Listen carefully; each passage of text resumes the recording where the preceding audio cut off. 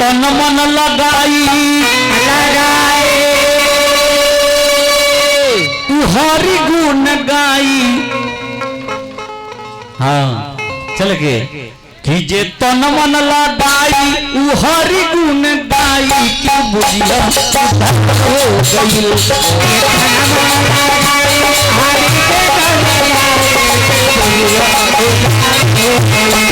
जो लगाई उ हरि गुण बुझिया हो गइल।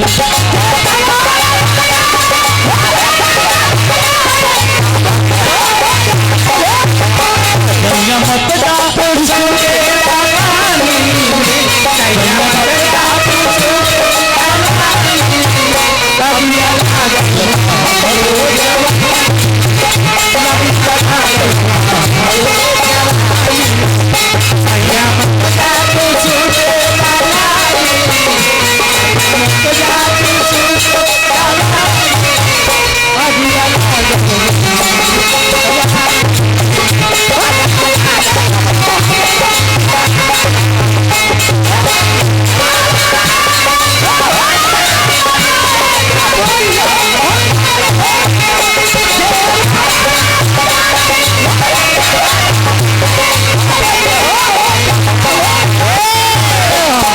बाबू जब माता के गर्भ में जीव रहेला उल्टा टांग टंगा के का जी तो ओ घड़ी जीव प्रभु से निहोरा करेला कि हे भगवान हे प्रभु जितना जल्दी नरक से बाहर करी जब बाहर जाई तो भजन भक्ति करब राम नाम जपब। लेकिन जैसे ही जीव जब बाहर आवता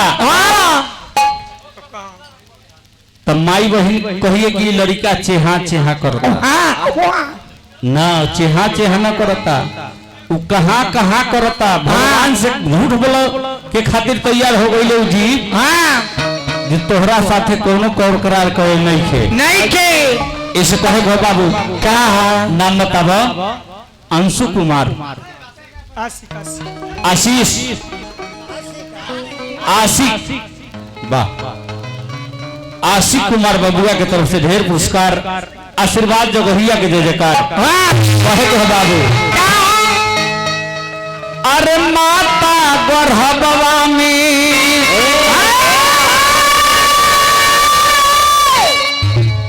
अरे भगती कबूल लो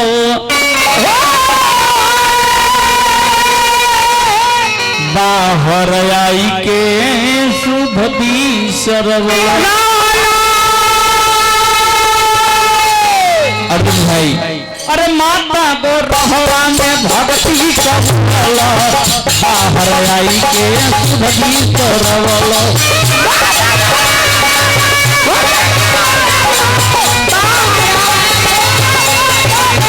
माता गो रहवा में भक्ति कबूल बाहर आई के शुभ बिसरव।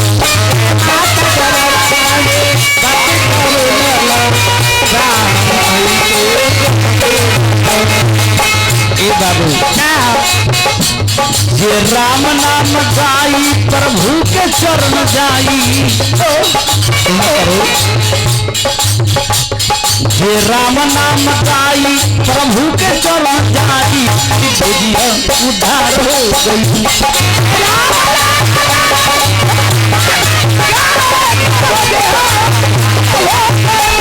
ये राम नाम गाई प्रभु के चरण जाई उद्धार हो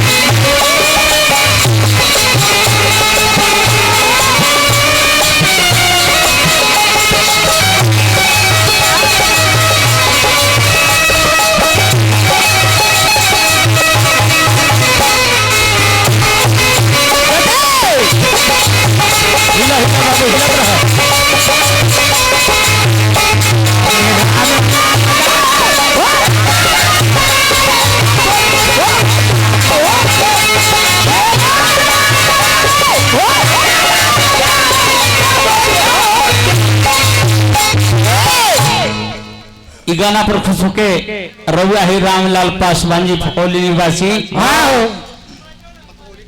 थकौली निवासी रामलाल पासवान जी के तरफ से 101 रुपया पुरस्कार। भाई के नमस्कार, जगहिया के जय जयकार। बोला बाबू।